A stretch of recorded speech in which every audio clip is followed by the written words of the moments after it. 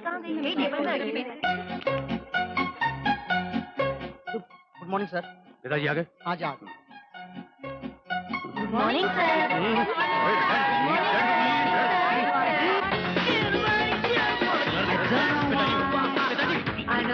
पिताजी, हमारा साथ साफ का है और ये लड़कियां कैसे अंदर आ गई? आई नहीं है, लाई गई है। क्यों?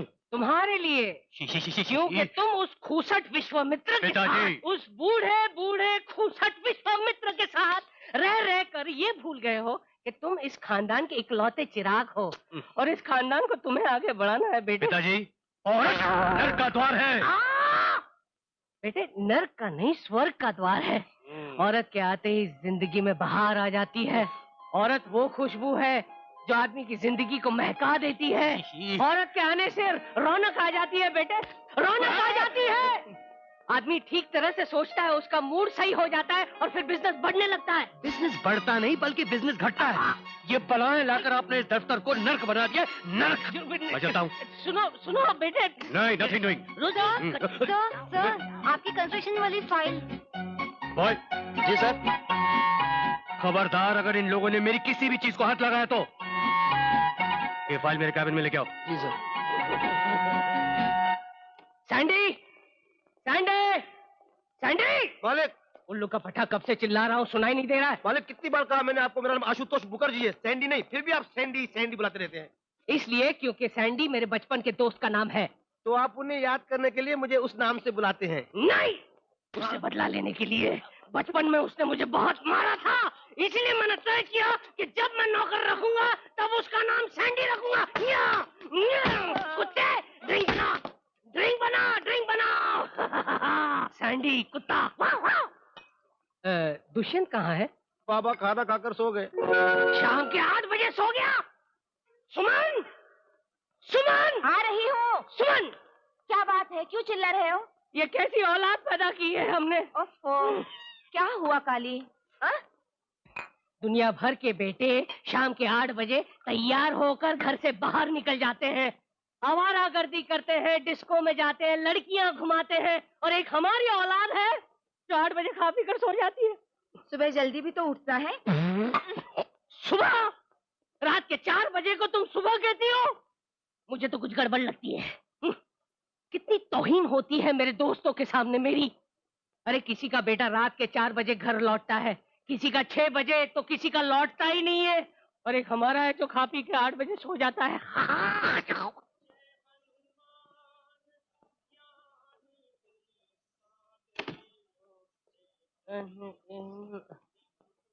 स्वामी दयानंद जी, स्वामी विवेकानंद जी, जय जय जय। हमारे आनंद कहाँ है?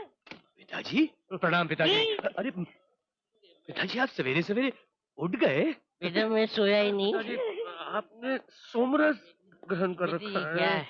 श्री देवी की जगह स्वामी दीपक आनंद, माधुरी की जगह ये संत शेट्टी आनंद। बेटे तू स्त्रियों से इतनी नफरत क्यों करता है? हाँ? स्त्री माया है, मोह है, अंधकार है पिताजी। यानी तू जिंदगी भर कभी शादी नहीं करेगा? ब्रह्मचार्य ही जीवन है, ऐसा प्रोफेसर विश्वमित्र जी कहते हैं। प्रोफेसर विश्व, अगर मैं भी यही सोचता ना तो तू आज यहाँ पर नहीं होता, समझा? प्रोफेसर विश्व। क्रोध नहीं पिताजी, क्या ये जरूरी है कि जो भूल आपने की है वो मैं भी करूं? हे भगवान, तूने इसे मुझ जैसा नालायक क्यों नहीं बनाया? पिताजी। प्रोफेसर विश्वमित्र। तो क्या मिला विवाह के पश्चात? सुख, अशांति, क्रांति, और कहने को बीवी का नाम था शांति। अब बताइए मुझे।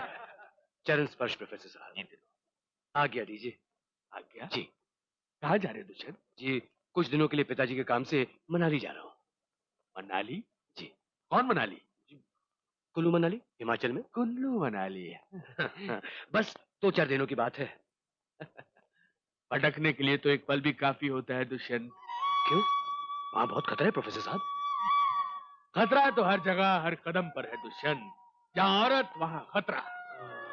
तो आप ही कोई हल निकालिए प्रोफेसर साहब, मेरा जाना तो बहुत जरूरी है। जाओ, लेकिन मेरी हर बात गांठ में बांध लो। आप जो कहेंगे मैं वही करूंगा। आप कहिए। इन पहाड़ी जगहों पर अक्सर खूबसूरत लड़कियां घूमती फिरती हैं जी। जो अपनी खूबसूरती के जाल में भोले भाले मर्दों को फंसा लेती हैं।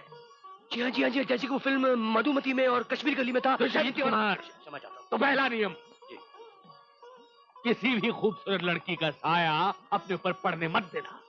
और अगर मजबूरी में साया पड़ गया तो उसकी तरफ हरगिज मत देखना। और अगर देखना पड़े तो उसे बात मत करना। और अगर बात करनी पड़े तो उसकी तरफ मुस्कुराना मत, चाहे वो कितना भी क्यों ना मुस्कुराए। दुष्यंत कुमार, पहले तो ये पहाड़ों पर लड़कियां गाती फिरेंगी, नाचती फिरेंगी, जैसे इन्हें कोई मतलब ही नहीं। उड़ के तुम्हारे संग चलूंगी, जय हनुमान। और जैसी तुम्हारे जैसे भोले भाले मर्द पर नजर पड़ी, ये जानबूझकर अपने सिर का मटका गिरा देंगी। और तुम्हारा पांव फिसलेगा, तुम लड़खड़ा कर नदी में गिर जाओगे। फिर ये भागी भागी तुम्हारी मदद के लिए आएंगी। और जानते हो उसके बाद क्या करेंगी? क्या करेंगी? चुड़ैल नागिन खुद अपना पांव फिसला कर तुम्हारे से लिपट जाएंगी। और जाहिर है कि तुम एक अच्छे इंसान होने के नाते उसे संभालने की कोशिश करोगे। संभलिए।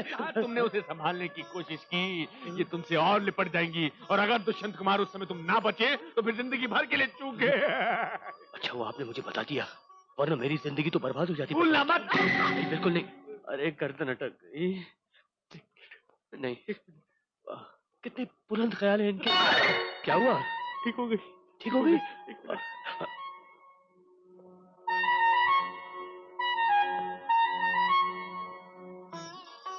याद रखने के लिए मेरी ये तस्वीर ले जाओ। जब भी मन डावाडोल हो इसे देख लेना, शक्ति मिलेगी। जी। जाओ दुष्यंत कुमार, कुंवारे जा रहे हो, कुंवारे ही लौटना, क्योंकि औरत नरक का द्वार है।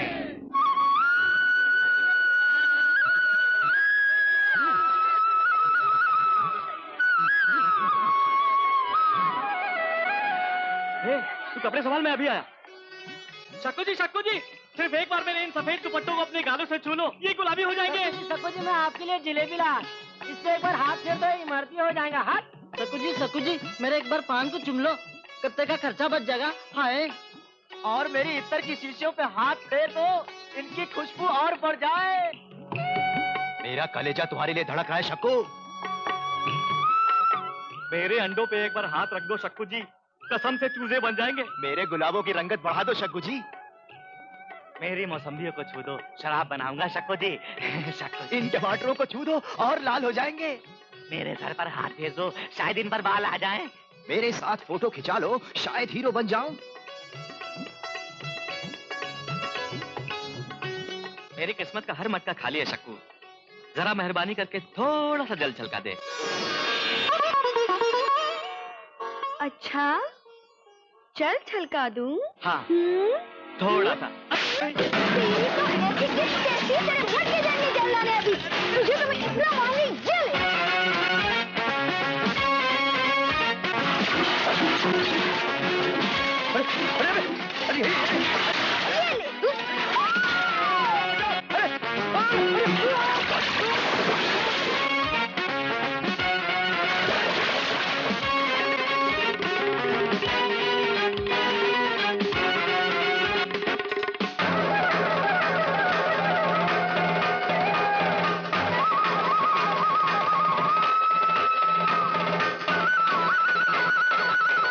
चुड़ैल नागिन कहीं की, दुष्यंत कुमार अगर तुम इस वक्त नहीं बचे तो चूक गए। माफ कीजिएगा, आपको लगा तो नहीं? देखिए हम ब्रह्मचारी हैं, स्त्रियों से बात करना मना है। वो तो ठीक है, लेकिन ये सब हादसा मेरी वजह से हुआ है। अभी आपके कपड़े गीले हो गए हैं, आप कांप भी रहे हैं। अगर आपको कुछ हो गया तो पाप तो मेरे सर पे लग जाएगा। मैं यहाँ पास में रहती हूँ, आप चल के मेरे पिताजी के कपड़े पहन लीजिए। मत जाना मूर्ख, मत जाना। क्या सोच रहे हैं आप? राम राम राम राम राम राम।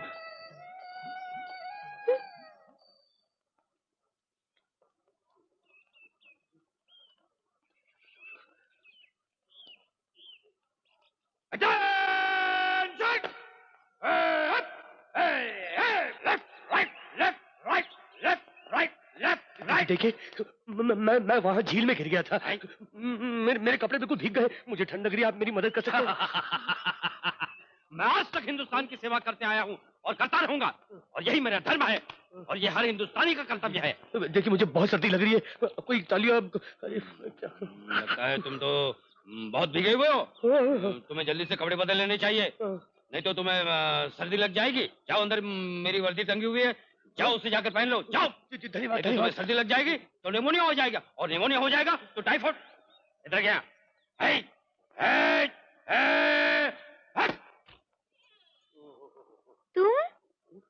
तुम? अरे तुम मेरे पीछे क्यों पड़ी हो? मैं तुम्हारे पीछे पड़ी हूँ? मेरे ही घर में खड़े रहकर मुझे ये बात सुना रहे हो? तुम्हारा घर? यानी कि वो आर्मी वाले तो? हाँ, मेरे पिताजी हैं। अरे वो तो कुछ हाँ, उनकी तबीयत जरा ठीक नहीं रहती, इसलिए आर्मी से रिटायर हो गए। खैर छोड़ो, चाय पियोगे? मैं चाय वाय नहीं पीता हूँ। अगर मुझे पहले मालूम होता कि तुम्हारा घर है तो कभी नहीं आता यहाँ। क्यों? आखिर मुझ में ऐसी क्या बुराई है? अरे तुम में ही बुराई नहीं, तुम्हारी जात में बुराई है, औरत जात में बुराई है। तुम जरूर मुझे फांसा चाहती हो। चाहे प्रोफेसर विश्वमित्र। मैं तुम्हें फांसना? अजीब आदमी।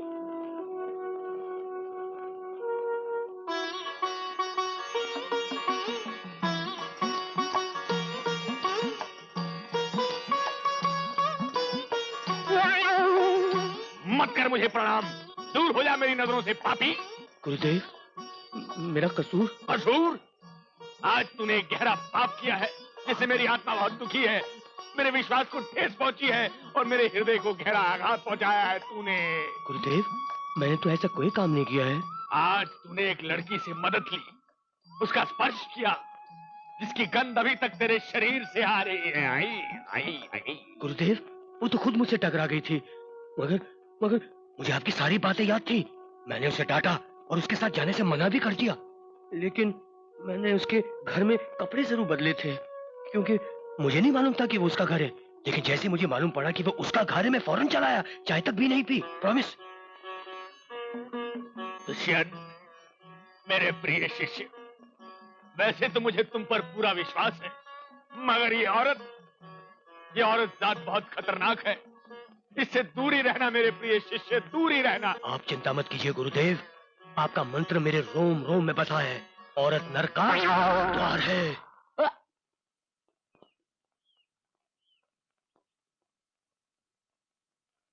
विश्वमित्र जी की जय। सैंडी, नाश्ता ले आओ। तुम कौन हो? मैं आपके लिए सफेद बकरी का दूध लाई हूँ। सैंडी! ये आपके लिए ताजी मूली। अरे नियम भ्रष्ट! सैंडी, कहाँ मर गया तू? ये आपके लिए मरे हुए बैल की चमड़े की चप्पल। इतने सारे नरक के द्वार। सैंडी! वो तो घर पर नहीं है, बाजार में मिले थे, कह रहे थे उन्हें सब कुछ दे देना। तुम सब यहाँ से निकल जाओ, वरना मार मार के भुर्ता बना दूंगा। निकलो, यहाँ किसी की कोई चाल नहीं चलेगी। चलो अब, यहाँ क्या कर रहे हो?